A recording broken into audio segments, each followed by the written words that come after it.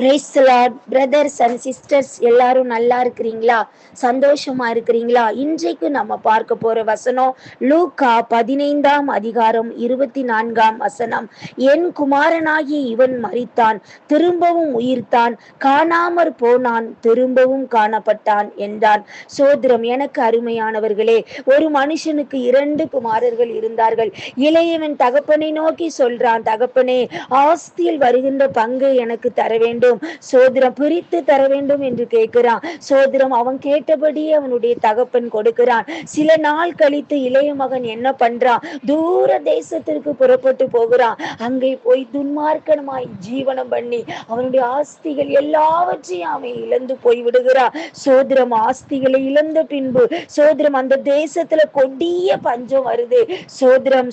அப்பொழுது சோதரம் அவன் அந்த தேசத்து மனுஷன்கிட்ட ஒருவனிடம் போய் ஒட்டி கொள்கிறான். சோதரம்.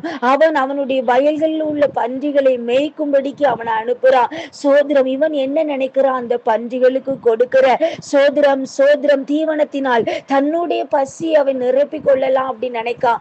அது அவனுக்கு கொடுக்கப்படவில்லை. சோதரம். அதுக்கப்புறம் இவன் என்ன நினைக்கிறான்? தகப்பனை சோதரம் என் தகப்பன் வீட்டில் சோதரம் அநேக கூலிக்காரர்கள் இருக்கிறார்களே, சோதரம் நான் இங்கு பசியினால் கஷ்டப்படுகிறேனே, என் தகப்பன் வீட்டுக்கு நான் திரும்பி செல்கிறேன். சோதரம். என் தகப்பனிடத்தில் போய், தகப்பனை, பரத்துக்கு விரோதமாகவும் உங்களுக்கு விரோதமாகவும் நான் பாவம் செய்தேன். சோதரம். உம்முடைய குமாரன் என்று சொல்லப்படுவதற்கு சோதரம் நான் தகுதி இல்லை என்று சொல்லி சோதரம் தகப்பனிடத்திற்கு போவேன் என்று சொல்லி வருகிறான். தூரத்திலே அவன் வருகிறதை பார்த்து தகப்பன் ஓடி போய் அனைத்து முத்தமிட்டு கொள்கிறான். சோதரம் தன்னுடைய ஊழியக்காரரை அழைத்து சோதரம் அவனுக்கு சோதரம் உயர்ந்த வஸ்திரத்தை கொடுக்க சொல்கிறான், மோதிரத்தை கொடுக்கிறான், பாதரட்சியை கொடுக்கிறான். கொளுத்த கன்றுகளை கொண்டு வந்து அடியுங்கள், நாம் சந்தோஷமாயிருப்போம். சோதரம் காணாமற் போன தன்னுடைய மகன் சோதரம் திரும்ப வந்தான் என்று சொல்லி அந்த தகப்பனுடைய உள்ளம் சந்தோஷப்படுகிறது.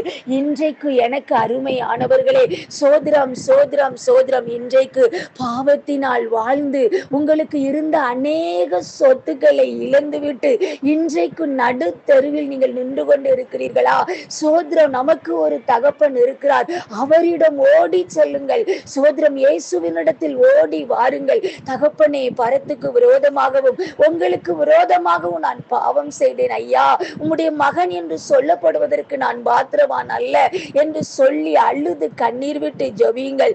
சோதரம். இந்த தகப்பன் அணைத்தது போல அவரும் இயேசுவும் உங்களை சோதரம் கட்டி அணைத்துக் கொள்வார். சோதரம் காணாமற் போனான், என் மகன் திரும்பவும் வந்துவிட்டான் என்று சொல்லி உங்களை அவர் சேர்த்து கொள்வார். நீங்கள் மனம் திரும்பி பாவத்தில் இருக்கிற பிள்ளைகள் இயேசுவினிடத்தில் ஓடி வாருங்கள். இயேசு உங்களை அணைத்துக் கொள்வார்.